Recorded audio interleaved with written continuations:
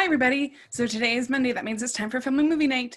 This week I was trying to decide what to talk about that would be somewhat relevant, but family appropriate and something that might be interesting to talk about. And I was thinking about it and I thought, why don't I talk about Shirley Temple? Because in the Great Depression, when people were going through a hard time, Shirley Temple movies were a big cathartic kind of experience for them. There's something that boosted their spirits and made them feel better. And so I looked up online to see what was the best Shirley Temple movie. And what I found is that Heidi from 1937 is the most praised of all of the Shirley Temple movies. And if you guys like this, then maybe I'll do more of the Shirley Temple movies because I really enjoyed watching this.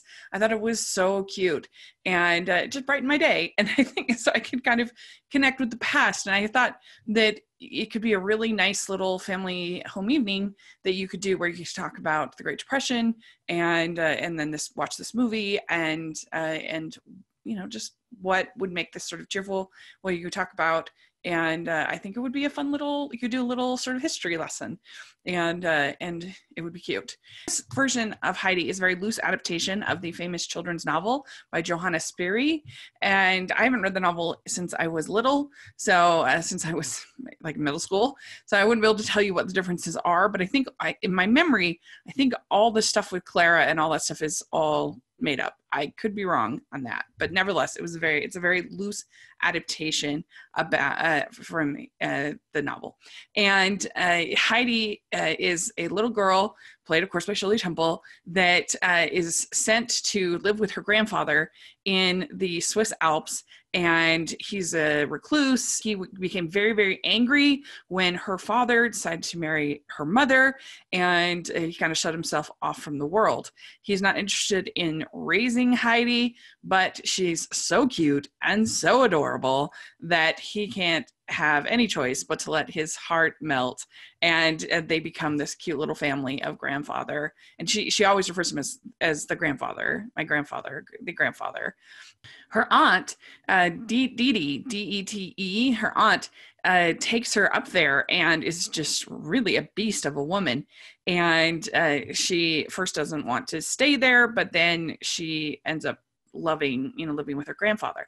And as she stays with her grandfather, he becomes more open to the neighbors and starts going to church and all of that. And it's really cute.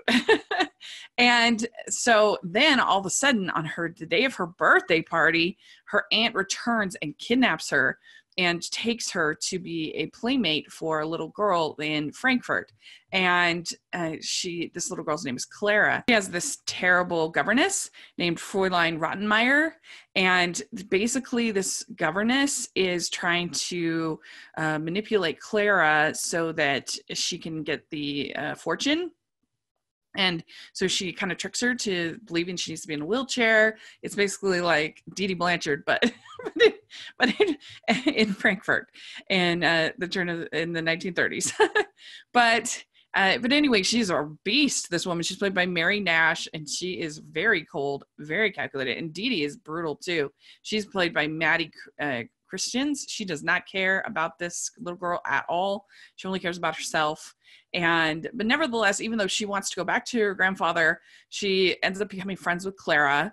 And this is one thing that doesn't hold up in the movie and that you'd have to have a conversation about, because it's definitely very ableist, that the idea that the only reason that she is in the wheelchair is because she's depressed or sad or because she just doesn't believe in herself enough. And so if you're going to watch this with your kids, you'd want to have a conversation about that, and that you don't want to talk about most people unless there's something really, really twisted, which in fairness, I guess there is here.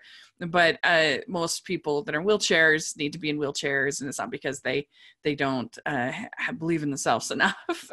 So that would be a discussion I think you'd want to have. But nevertheless, you have Heidi encouraging Clara to try to walk again, and her father is kind of distant, but still very loving. And when he sees her walk again, he is very emotional, And then the Mrs. Rottenmeier tries to sell Heidi to the gypsies. It's pretty tense. It might be a little tense for some little kids, but maybe just let them know everything's gonna be okay and Heidi's gonna be fine. And then of course she gets reunited, and it's actually a Christmas movie. Most of the action takes place on Christmas Eve or Christmas Day, so that's pretty fun. And I really enjoyed it. It was really sweet. It was really cute. I really like Shirley Temple. She's just so cheerful, and I mean, this is definitely a very kind of Pollyanna type film, and I like those kind of films when they're done well. And so, yeah, let me know what you think if you've seen this.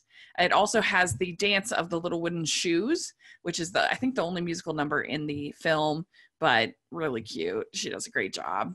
And so if you've seen this film, let me know what you think and what is your favorite Shirley Temple movie.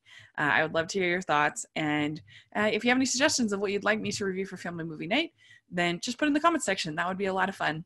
And I hope you're all doing well and you're getting through this. And I'll talk to y'all later. Bye, everyone.